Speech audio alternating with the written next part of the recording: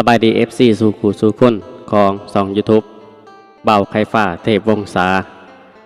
เมื่อนี้ทาง2 YouTube เบาไข่ฟ้าเทพวงศาจะได้โฆษณาอย่างเป็นทางการ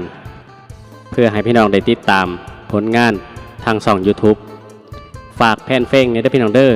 ฝากติดตามกดไลค์กดแชร์ฝาก FC สู่ขู่สู่คนแน่กดติดตาม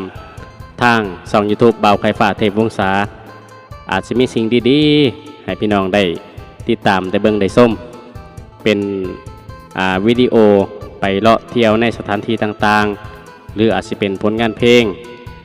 ที่เพิ่นเอาลงกาฝากติดตามแน่นะพี่น้องเนาะกับ2 YouTube เบาไข่ฟ้าเทพวงศาสนับสนุนรับอย่างเป็นทางการโดย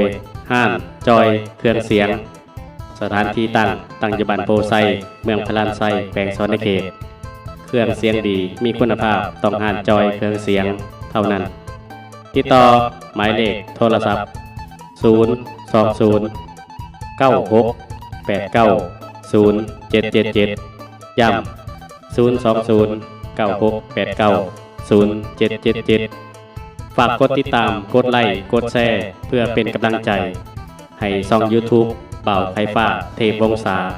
และอย่าลืมสนับสนุนรับอย่างเป็นทางการห้างจอยเครื่องเสียงสถานที่ตั้งอยู่บ้านโพไซเมืองพลานไซแขวงสวรรณเขตหมายเลขโทรศัพท์ย้ำอีกตัวหนึ่ง